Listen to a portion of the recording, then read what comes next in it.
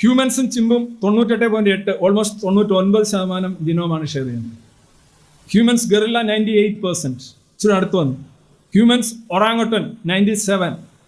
ഇതിങ്ങനെ പോയിട്ട് അവസാനം ഈ പ്രൈമേറ്റുകളൊക്കെ വരുമ്പോൾ 80 വരും. അത് കഴിഞ്ഞുള്ള ജീവി വരുമ്പോൾ പിന്നെയും താഴോട്ട് വരും.